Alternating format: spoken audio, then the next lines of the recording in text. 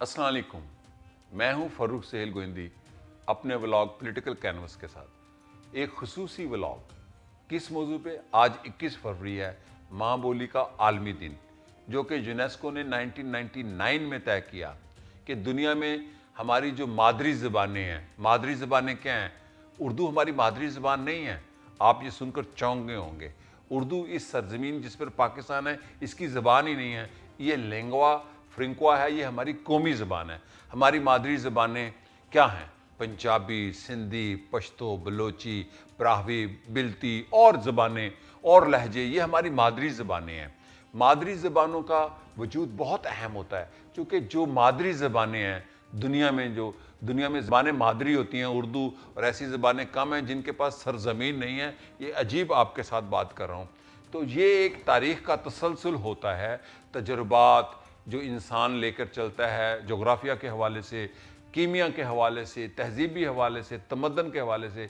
पाकिस्तान में सबसे पुरानी ज़बान का वजूद जो है वो कौन सी ज़बान है पूरे साउथ एशिया में? मेरे हिंदुस्तानी दोस्तों को बड़ा गुमान था, मुझे अभी मिले एक कॉन्फ्रेंस में, कि तामिल बरे-सगीर की पुरानी ज़बान है। नहीं, तामिल बरे-सगीर की पुरानी ज़बान नहीं है। सबसे पुरानी ज़बान के जो आसार हैं वो ब्राहवी है, जो इंडस वादी या हड़प्पियाई तहजीब की जो ज़बान थी उसकी बाकियात है ब्राहवी। जो बलूचिस्तान में ब्राहवी लोग हैं वो ज़बान बोलते हैं, उसको जो लिंग्विस्ट हैं उसको मानते हैं कि वो इस खित्ते की पुरानी ज़बानों में से बची हुई एक ज़बान है। और पंजाबी भी एक कदीम ज़बान है, इसकी भी 2,500-3 हज़ार साल पुराने सिरे मिलते हैं। तो मादरी ज़बान का ये दिन कैसे मनाया गया, ये दिलचस्प मालूमात है। खुसूसन मैं उन पंजाबी कौम परस्त और ज़बान का दिन मनाने वालों को भी ये याद करा दूं, मैं खुद पंजाबी ज़बान का बड़ा हामी और किसी ज़बान का मुखालिफ नहीं हूँ। हत्ता कि उर्दू, सिंधी, बलोची, ब्राहवी जो भी ज़बान हो, मैं उसको एक सरमाया समझता हूँ, कौमी सरमाया समझता हूँ। लेकिन ये 21 फरवरी का दिन कैसे यूनेस्को ने तय कर लिया कि इसको मादरी ज़बानों का दिन करार दे दिया जाए? तो आप सुनेंगे अब एक बड़ी तल्ख हकीकत।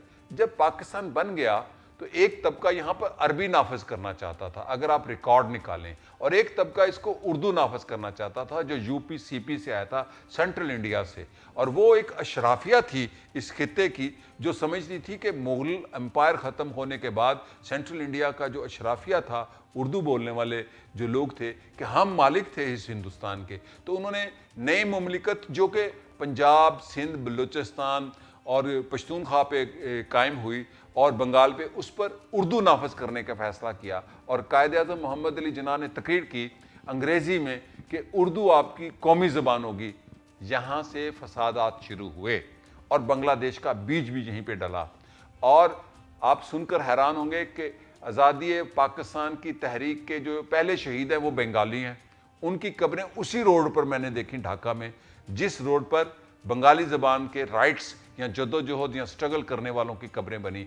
और फिर ईस्ट बंगाल यानी कि मशरक़ी पाकिस्तान के लोगों ने कहा, हम नहीं मानते उर्दू को अपनी कौमी ज़बान, हम बंगाली में लिखना चाहेंगे, हम बंगाली में पढ़ना चाहेंगे, हम बंगाली में बोलना चाहेंगे। बंगाली इतनी बड़ी ज़बान कि रविंद्रनाथ टैगोर को आज से 100 साल पहले नोबेल मिल गया। उर्दू, पंजाबी किसी ज़बान में भी किसी को नोबेल नहीं मिला। तो वो जो राइट्स शुरू हुए 1952 21 फरवरी को, मशरक़ी पाकिस्तान के बंगालियों का ये मुतालबा माना गया कि बंगाली उनकी कौमी ज़बान है, पढ़ाया लिखा बंगाली में जाएगा। और फिर इसी बंगाल की इसी तहरीक ने, जो कि ज़बान की बुनियाद पर चली, बाद में एक नई मुमलिकत बनी। तो मैं यहाँ पर ये कहूँगा कि हम उर्दू को लैंग्वा फ्रिंक्वा के तौर पर तो इस्तेमाल करते हैं, लेकिन हम पंजाबी में सोचते हैं।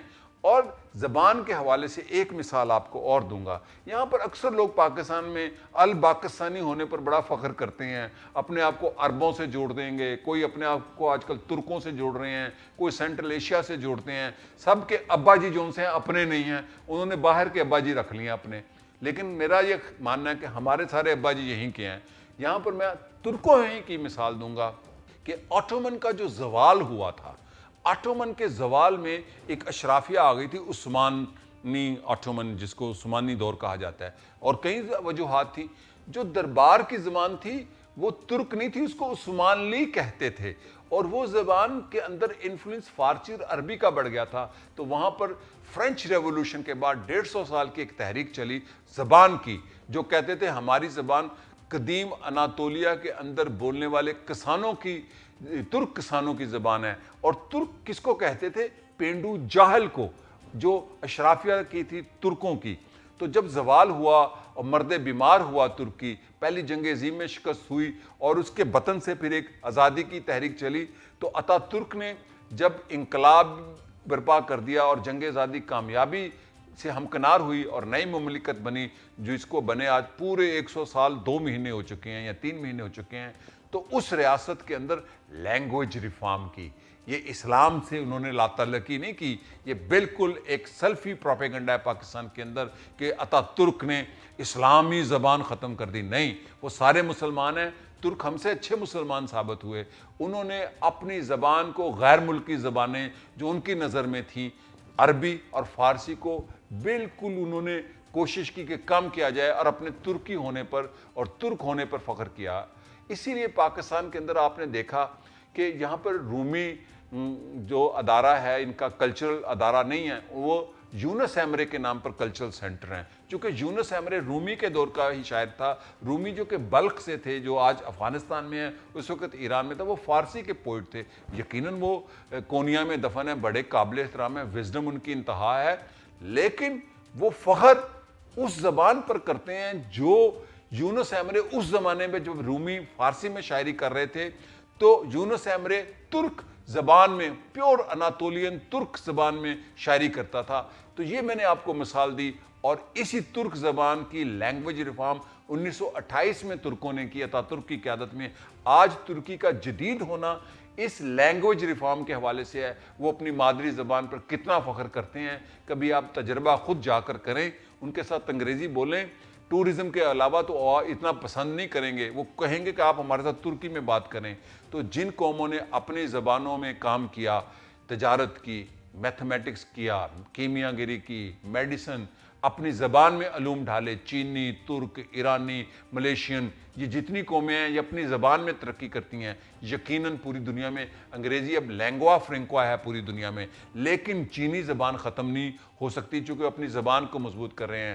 اسی لیے میں سمجھتا ہوں کہ پاکستان کے اندر مادری زبانوں کا دن منانے کے ساتھ یہ شعور ذہن میں رکھنا چاہیے، یہ معلومات ذہن میں رکھنی چاہیے جو میں نے آج آپ کے ساتھ شیئر کی۔ اور سلام ان بنگالی شہیدوں کو جو اپنی زبان کے لیے لڑتے ہوئے شہید ہوئے، اور آج ان کی شہادتوں کا رنگ یہ لایا کہ پنجابی ہم بھی ماں بولی کا دہاڑ منانے جاتے ہیں 21 فروری کو، اور پوری دنیا میں جتنی مادری زبانیں ہیں، جو 7-8 ہزار زبانیں ہیں، ان کو ایک دن منانے کا موقع مل گیا۔